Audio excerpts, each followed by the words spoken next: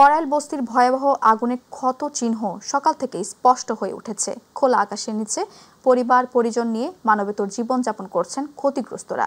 এর আগে মঙ্গলবার রাত 10:35 আগুন নিয়ন্ত্রণে আনে ফায়ার সার্ভিস। তবে ভয়াবহ আগুন প্রায় সবকিছু শেষ করে দিয়েছে। সামনে কিভাবে দিন চলবে তা নিয়ে চরম অনিশ্চয়তায় রয়েছেন ভুক্তভোগীরা। অগ্নিকাণ্ডে বস্তির শত শত বসতবাড়ি ভস্মীভূত হয়ে গেছে। সর্বস্ব হারিয়ে আশেপাশের সড়ক ও টিএনটি মাঠে আশ্রয় নেয় বস্তিবাসী।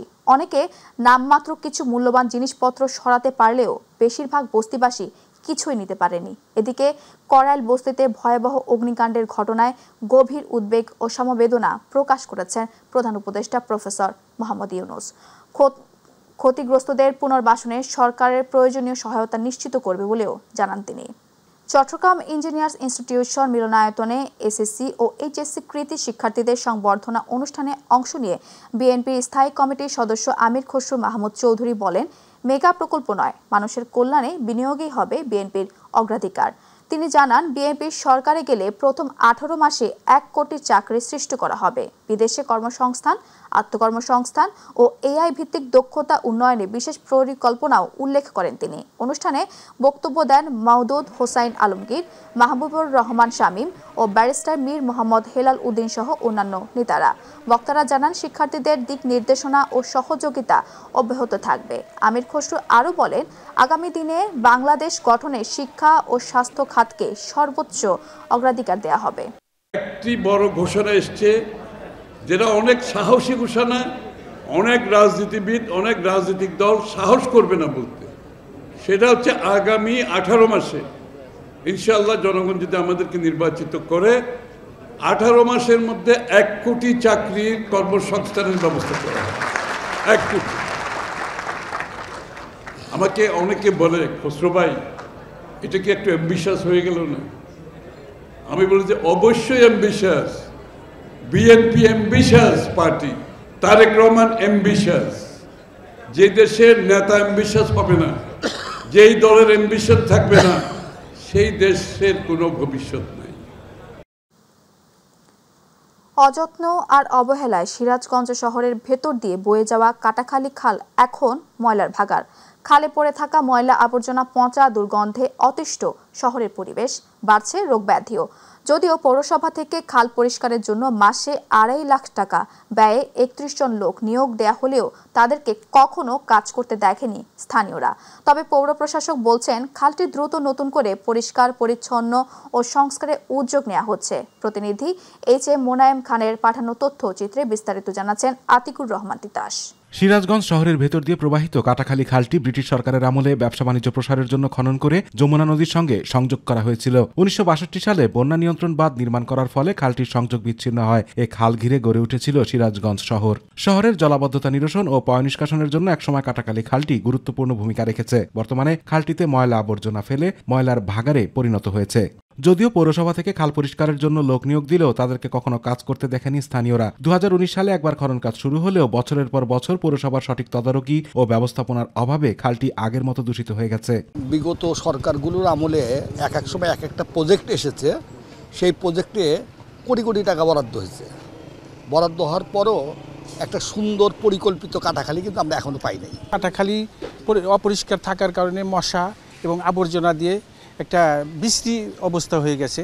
আমার চাওয়া কাটাখালী পূর্ববর্তী থেকে আসুক, এটা একটা এর নাব্যতা বজায় থাকুক, এটা দিয়ে যেন এখানে জঞ্জাল পরিষ্কার হোক। তবে পৌর নির্বাহী কর্মকর্তা বলছেন, খাল পরিচ্ছন্নতায় কয়েকবার অভিযান চালালেও জনবল সংকটের কারণে পরিপূর্ণ সফল হওয়া সম্ভব হয়নি। আমরা কাটাখালী খালকে আমাদের মতো করে পরিষ্কার পরিচ্ছন্ন করার জন্য অনেকবার অভিযান চালিয়েছি, কিন্তু আমরা জনবল স্বল্পতার কারণে 100% সফল কাম হতে পারিনি। আর পৌর প্রশাসক জানালেন, কাটাখালী খালের সৌন্দর্য বর্ধন ও মনোরম পরিবেশ বাস্তবায়নের জন্য 700 কোটি টাকার একটি প্রকল্প একনেকে পাশ হয়েছে। পিডি নিয়োগ হলেই পুরোদমে কাজ শুরু হবে। পিডি এখনো নিয়োগ হয় না মর্মে আমরা জেনেছি। পিডি নিয়োগ হলে এই প্রজেক্টটির কার্যক্রম শুরু হবে। এই প্রজেক্টটি টোটাল হচ্ছে প্রথম ফেজে 700 কোটি টাকা, 3টা পৌরসভা মিলে। আতিকুর রহমান তিতাস, মাই টিভি। বান্দরবানের প্রকৃতির সৌন্দর্যের মাঝে দাঁড়িয়ে আছে একটি সড়ক, রোয়াংছড়ি রুমা। পাহাড়ি মানুষদের জীবনের সবচেয়ে বড় শক্তি এই সড়কটি। এই সড়ক শুধু চলাচলের পথ নয়, পাহাড়ি মানুষের বাঁচা মরার পথ, তাদের স্কুল, বাজার, হাসপাতাল, জীবন ও মৃত্যুর পথ। কিন্তু সাম্প্রতিক সময়ে এই সড়ক নিয়ে উঠেছে ভয়ঙ্কর সব অভিযোগ, অনিয়ম, দুর্নীতি আর নিম্নমানের নির্মাণ কাজের অভিযোগ। বান্দরবান প্রতিনিধি মোহাম্মদ তুহিন হোসাইনের পাঠানো তথ্যচিত্রে বিস্তারিত জানাচ্ছেন জুবায়ের রহমান। এটি কোনো এআই কিংবা তৈরি করা কোনো ভিডিও নয়। বান্দরবানের রোয়াংছড়ির রুমা সড়ক। প্রতিশ্রুতি ছিল মানসম্মত কার্পেটিং, দীর্ঘমেয়াদী স্থায়িত্ব এবং শিডিউল অনুযায়ী কাজ। কিন্তু কাজ শেষের এক সপ্তাহের মধ্যেই উঠে যেতে শুরু করে কার্পেটিং। গাড়ি নয়, মানুষের পায়ের চাপ ও হাত দিয়ে তোলা যাচ্ছে এই উন্নয়নের কাজ। স্থানীয়দের অভিযোগ, কাজে প্রয়োজনীয় বিটুমেন ব্যবহার হয়নি, স্টোন চিপস কম, কার্পেটিংয়ের লেয়ার ঠিকমতো দেওয়া হয়নি, শিডিউল অনুযায়ী ধাপ অনুসরণ না করে তড়িঘড়ি করে কাদা ময়লা পরিষ্কার না করেই কার্পেটিং করা হয়েছে। ফলে এটি অল্প সময়েই উঠে যাচ্ছে। রাস্তার অবস্থা দেখে আসলে গুণগত মান মতো আমরা দেখি নাই এই রাস্তাটা। এক কথায় কার্পেটিংটা মজবুত না। রাস্তা তো খুব সুন্দর, কিন্তু যে কোয়ালিটি দেখলাম যে কি এখানে দেখেন অবস্থাটা খুবই একটু খুব গাড়ির স্ট্যান্ডটাও তো রাখা যায় না, নরম একদম উঠে যায়। স্থানীয়দের অভিযোগ, সড়ক নির্মাণের শুরু থেকেই অনিয়ম, দুর্নীতি, পরিবেশ অধিদপ্তরের অনুমতি ছাড়াই পাহাড় কাটা সহ নানা অনিয়ম হয়েছে। 2-1 সপ্তাহের মধ্যে দেখা যায় কার্পেটিং গুলো উঠে যাচ্ছে। একবার যদি ট্রাক চলে যায়, ওই যাওয়ার পরেই দেখা যায় যে রাস্তাঘাট সব নষ্ট হয়ে যাচ্ছে। আবার একদল আছে ঠিক করে দিচ্ছে, চলে যাওয়ার পরে আর 2-3 মাস পরে আবার উঠে যায়। বিষয়টি নিয়ে পার্বত্য চট্টগ্রাম উন্নয়ন বোর্ডের বান্দরবান ইউনিট অফিসের নির্বাহী প্রকৌশলী আবু বিন মোহাম্মদ ইয়াসির আরাফাতের মন্তব্য জানতে ফোনে যোগাযোগ করা হলেও তিনি রিসিভ করেননি।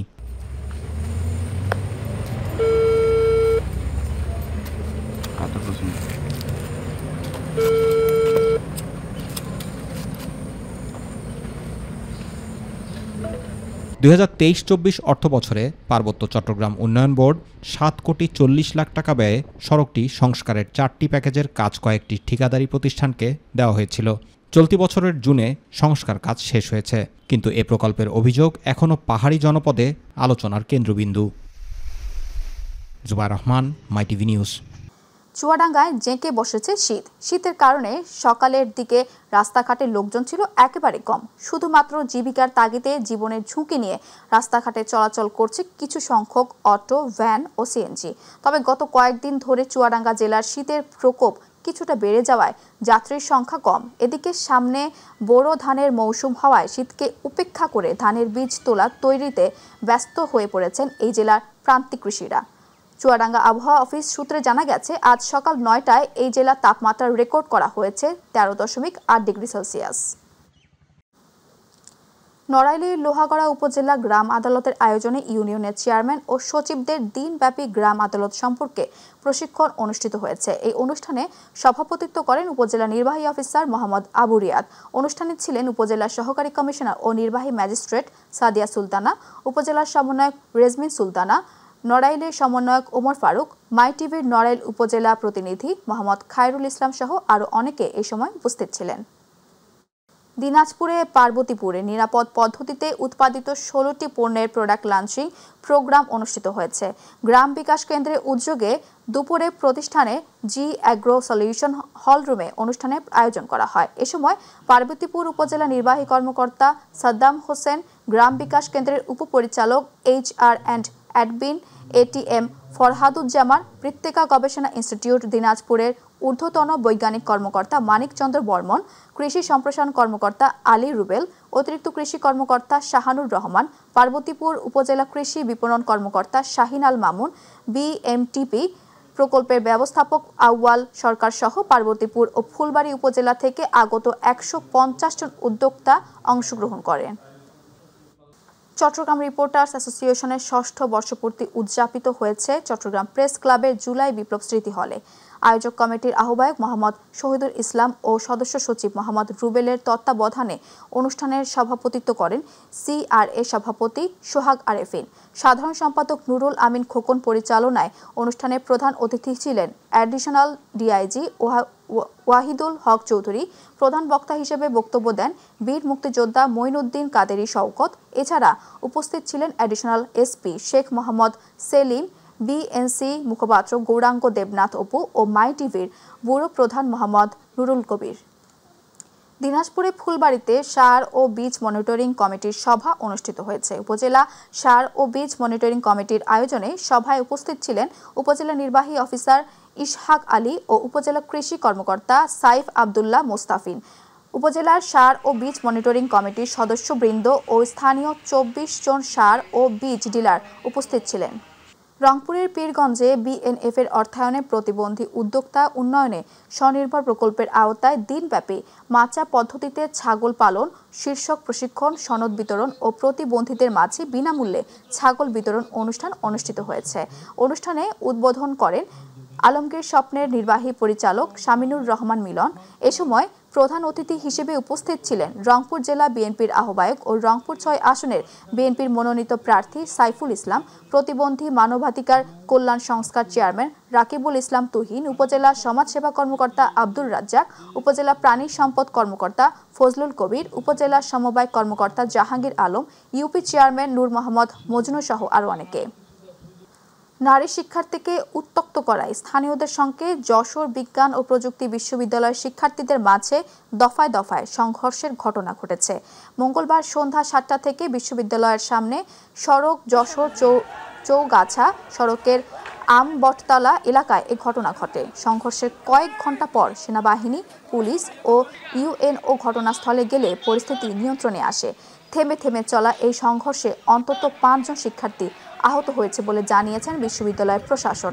যশোর কোতোয়ালি মডেল থানার ওসি কাজী বাবুল বলেন, আইনশৃঙ্খলা বাহিনীর হস্তক্ষেপে পরিস্থিতি নিয়ন্ত্রণে এসেছে। আহতের সংখ্যা বলা যাচ্ছে না, পরে বিস্তারিত জানানো হবে। খুলনায় অত্যাধুনিক ক্যাটাম্যারন ট্যুরিস্ট জাহাজ MV ওশান পার্ল এর অনুষ্ঠানটি উদ্বোধন করা হয়েছে। মঙ্গলবার বিকেলে খুলনা জেলখানা ঘাটে ভৈরব নদীতে নিজাম শিপিং লাইন্সের পরিচালিত এই জাহাজটির আনুষ্ঠানিক উদ্বোধন করা হয়। এই উপলক্ষে জাহাজ অভ্যন্তরে এক আলোচনা সভা অনুষ্ঠিত হয়। সভায় নিজাম শিপিং লাইন্সের স্বত্বাধিকারী মোহাম্মদ নিজাম উদ্দিন বলেন, উন্নত দেশে জাহাজের মতো এই জাহাজটি ক্যাটাম্যারন। এর বৈশিষ্ট্য হচ্ছে যে কোনো ঝড় তুফানে এটি মোকাবেলা করতে পারবে। জাহাজের মধ্যে সুইমিং পুল, জিমের ব্যবস্থা, বাচ্চাদের খেলার জন্য প্লে জোন সহ নানা সুবিধা রয়েছে বলেও জানান মোহাম্মদ নিজাম উদ্দিন। বিএনপির কেন্দ্রীয় সাংগঠনিক সম্পাদক শামা ওবায়েদ ইসলাম বলেছেন, আগামী জাতীয় সংসদ নির্বাচনে বিএনপি ক্ষমতায় এলে দেশের সকল নাগরিকের অধিকার নিশ্চিত করা হবে এবং কেউ অকারণে নির্যাতনের শিকার হবে না। তিনি বলেন, সবার ন্যায্য অধিকার ফিরিয়ে দেওয়া হবে, এটাই বিএনপির অঙ্গীকার। মঙ্গলবার বিকেলে ফরিদপুরের নগরকান্দায় ফুলসুতি ইউনিয়ন বিএনপির আয়োজিত সংসদ নির্বাচনের প্রস্তুতি সভায় প্রধান অতিথির বক্তব্যে তিনি এসব কথা বলেন। শামা ওবায়েদ আরও বলেন, আগামী নির্বাচনে জয়লাভ করতে হলে সকলকে ঐক্যবদ্ধ হয়ে দলের জন্য কাজ করতে হবে। বিএনপির মনোনীত প্রার্থী ও দলের চেয়ারপারসনের উপদেষ্টা খন্দকার আব্দুল মুক্তাদির বলেছেন, সাধারণ মানুষের ভোটে বিএনপি নির্বাচিত হলে পাড়া মহল্লার বিচার কাজ মুরব্বীদের হাতেই ফিরিয়ে দেওয়া হবে। মুরব্বীরাই বিচার কাজ করবেন। মঙ্গলবার রাতে 32 নং ওয়ার্ডের নাগরিক কমিটির সাথে মতবিনিময় সভায় প্রধান অতিথির বক্তব্যে এসব কথা বলেন। 32 নং ওয়ার্ড বিএনপির সভাপতি সুমন আহমেদের সভাপতিত্বে এ সময় উপস্থিত বক্তব্য রাখেন সিলেট মহানগর বিএনপির সাধারণ সম্পাদক ইমদাদ হোসেন।